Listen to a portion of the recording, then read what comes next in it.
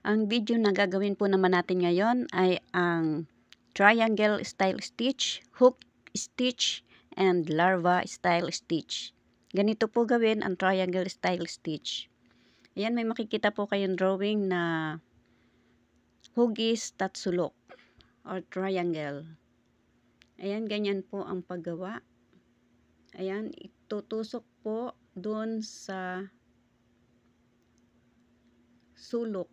Yan yung pinakasulok. Ayan, sa pangalawang tahi po, tingnan po natin ang procedure. Ayan, gagawa po tayo ng hugis tatsulok.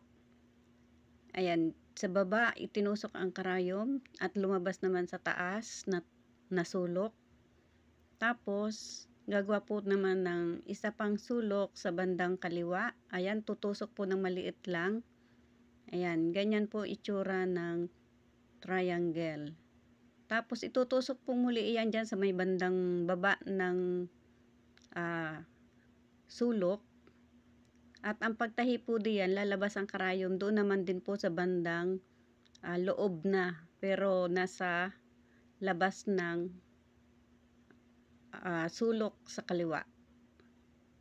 Ayan, tapos isusuot naman din po at itutusok diyan sa taas na sulok papunta doon sa kaliwang sulok. Ayan. Yan, ganyan po. Yan, sa pangatlong sulok naman na gagawin.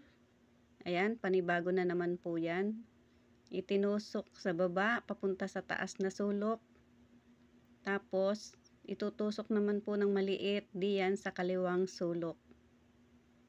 Yan, magkukorting triangulo na po yan. Tapos, isusuot naman din po at itutusok ang karayom diyan sa babang iyan. Pababa, bandang baba po iyan. Tapos, ang labas ng karayom doon na po sa pinakanggit ng sulok. Ganon din po sa taas na sulok. Pag itinusok po doon, ang labas na ng karayom ay sa gitnang sulok. Ayan, ganyan po ang paggawa ng triangle style stitch. Ayan, paulit-ulit lamang po yan. Iniangat po lamang yung sinulid para maitahi po doon sa gitnang sulok. Ayan, ganyan po ang paggawa ng triangle style stitch. Ayan, pagmasdan po ninyo ang bawat tusok ng karayom. Medyo inaangat yung sinulid. Yan. Yan po ang itsura niya. At ang susunod naman po ngayon na gagawin natin ay ang hook stitch. Sa hook stitch po, ayan, may makikita po kayong gabay. May guhit po pataas. Ayan, itinusok sa kanan. Yan, lumabas sa gitna. Tapos, iikis lamang po ang karayom sa bandang ilalim. Yan, sa pagtusok po ay naka-ekis ang karayom doon sa natapos na tahi. Ayan, naka-ekis po yan, tapos hinigit. Tapos, dito po naman sa bandang kaliwa, itutusok po ang karayom. Yan, nakasabit po ang punong sinulid. Tapos, iikis po muli. Yan, itutusok ang karayom na naka-ekis doon sa natapos na tahi. Tapos, isasabit ang punong sinulid doon sa dulong karayom. Ayan, ganyan lamang po ang paggawa. Salit-salitan, kaliwa, kanan. Yan, nasa kanan na naman po tayo. Yan, sa pagtusok pong iyan, isinabit na po ang punong sinulid. At yan, iikis lamang pong muli ang karayom sa ilalim. Yan, pag itinusok po ay naka-ekis doon sa natapos na tahi. Tapos, isasabit pong muli ang karayom. Ang sinulid, I mean, doon sa karayom. Yan, ganyan po ang paggawa ng hook stitch. Muli, nasa kaliwa naman po ulit ang karayom. Tinusok, isinabit at hinigit. Ayan, tapos iikis po muli ang karayom sa pagtusok sa ilalim. Ayan, itinusok po diyan. Tapos, pagmasdan po ninyo na nakaikis doon sa natapos na tahi. Yan. isinabit ang punong sinulid at hinigit. Ganyan po ang paggawa ng hook stitch. Ayan, pagmasdan po ninyo ang paggawa hanggang sa matapos. Yan, muli itinusok sa kanan at hinigit.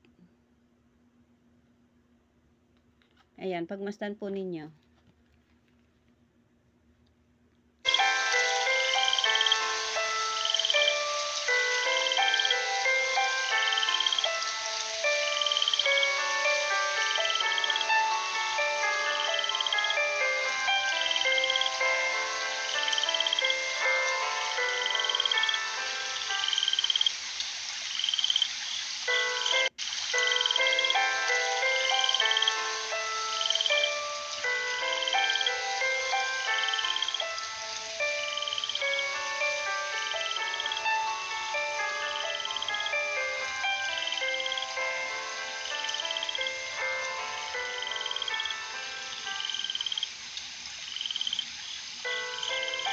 Ayan, yan po ang itsura ng hook stitch. At ang susunod naman po ay ang larvae style stitch. Ganito po gawin. Ayan, may makikita po kayong gabay na guhit.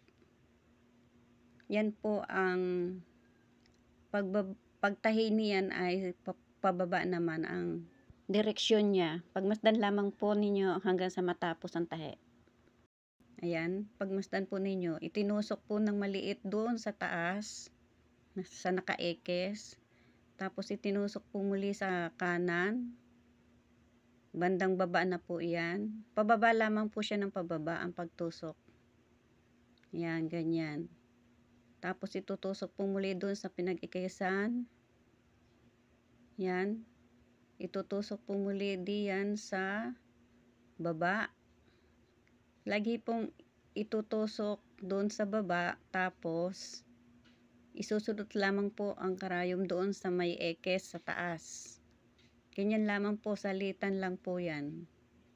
Kanan, kaliwa. Yan, kung gusto po ninyong salitan ng ibang kulay, pwede naman po. Yan. Yan, itinusok sa baba, tapos isusulot lang po ang karayom doon sa pinakang ekes.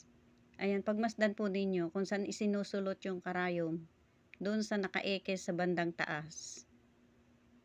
Yan. Ganyan lamang po. Pababa po siya ng pababa. Utay-utay siyang itinatahi pababa. Pababa ang direction po ng tahi.